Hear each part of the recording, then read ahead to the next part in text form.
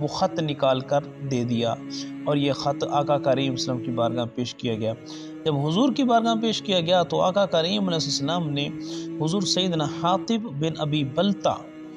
ان کو کہا کہ اے ابی بلتہ یہ کیا ہے؟ انہوں نے کہا یا رسول اللہ میرے متعلق آپ جلدی نہ فرمائیے، کیونکہ میرا کچھ تعلق ہے اہل مکہ کے ساتھ، اور میں قریش کے ساتھ اور ابو سفیان کے ساتھ میری کافی بات چیت اور وہاں پچھلے زمانے کی دوستی رہی ہے، اور دوسری بات یہ کہ میرے رشتہ دار اور میرے اہل و عیال ان کی حفاظت میں ہیں، وہ انہی کے پاس ہی ہیں۔ اگر میں یہ احسان ان پر نہ کرتا تو میرے قرابت داروں اور میرے گھر والوں کی حفاظت نہ ہو سکتی، بلکہ وہ میرے گھر والوں کے اوپر ظلم و ستم کرتے۔ یا رسول اللہ میں نے یہ اقدام کسی کفر کی وجہ سے نہیں اٹھایا، نہ ہی اپنے دین سے مرتد ہونے کی بنا پر، اور نہ ہی اسلام سے دوری اور کفر پر راضی ہونے کے سبب میں نے یہ خط بھجوا رہا تھا۔ یا رسول اللہ ایسی کوئی بات نہیں ہے، بلکہ میرا دل بالکل صاف ہے۔ تو پیارے دوستو، حضور نبی کریم علیہ السلام نے حضرت حاتم بن ابی بلتہ رضی اللہ تعالیٰ عنہ ان کی تصدیق فرمائی، لیکن اس موقع پر حضرت عمر بن خطاب غصے میں آ گئے اور کہنے لگے یا رسول اللہ مجھے حکم ارشاد فرمائیں میں اس منافق کی گردن اتار دوں۔ لیکن پیارے دوستو، اس موقع پر آقا کریم علیہ السلام نے ایک تاریخی جملہ ارشاد فرمایا اہل بدر کی شان میں۔ حضور نبی کریم علیہ السلام ارشاد فرمایا اعملوا ما شئتم قد غفرت لکم، اے بدریو اللہ تعالی نے تمہاری بخشش فرما دی، تم جو چاہو کرو، جو چاہو تم کرو، اللہ تعالی نے تمہاری بخشش فرما دی۔ تو پیارے دوستو، یہ جملہ تاریخی جملہ ہے قیامت تک ان صحابہ کرام کے لیے جو بدر کے اندر شریک ہوئے تھے۔ اب پیارے دوستو، اس حدیث سے ایک بات یہ بھی سمجھ میں آئی، اگر کوئی جاسوس آتا ہے، جاسوس، اور آپ کو پتہ ہے یہ ہمارے ملک کو تکلیف پہنچائے گا، ہماری ملک و ملت کے اندر فساد مچائے گا، تو اس کی تلاشی لینا،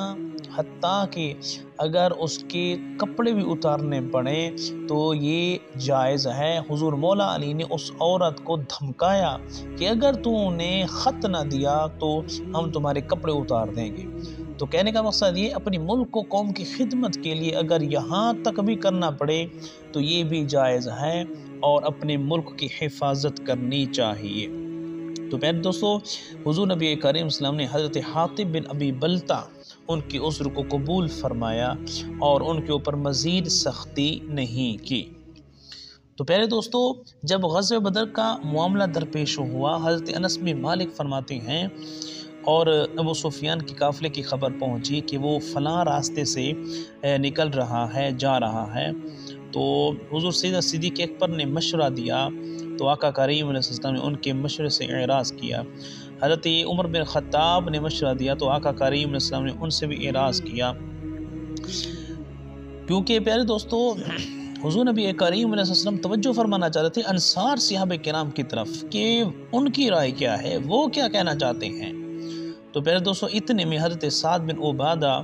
رضی اللہ تعالیٰ عنہ وہ کھڑے ہوئے، انہوں نے کہا یا رسول اللہ اس ذات کی قسم جس کی قبض قدرت میں میری جان ہے، اگر ہم سمندر میں گھوڑے دوڑانے کا حکم ارشاد فرمائیں تو ہم سمندر میں گھوڑے ڈالنے کے لیے بھی تیار ہیں، اور آپ ہم سب کو جہاں بھی جانے کا حکم ارشاد فرمائیں ہم آپ کے ساتھ ہیں، ہم آپ کے ساتھ ہی رہیں گے۔ تو پیارے دوستو، جب یہ معاملہ ہوا تو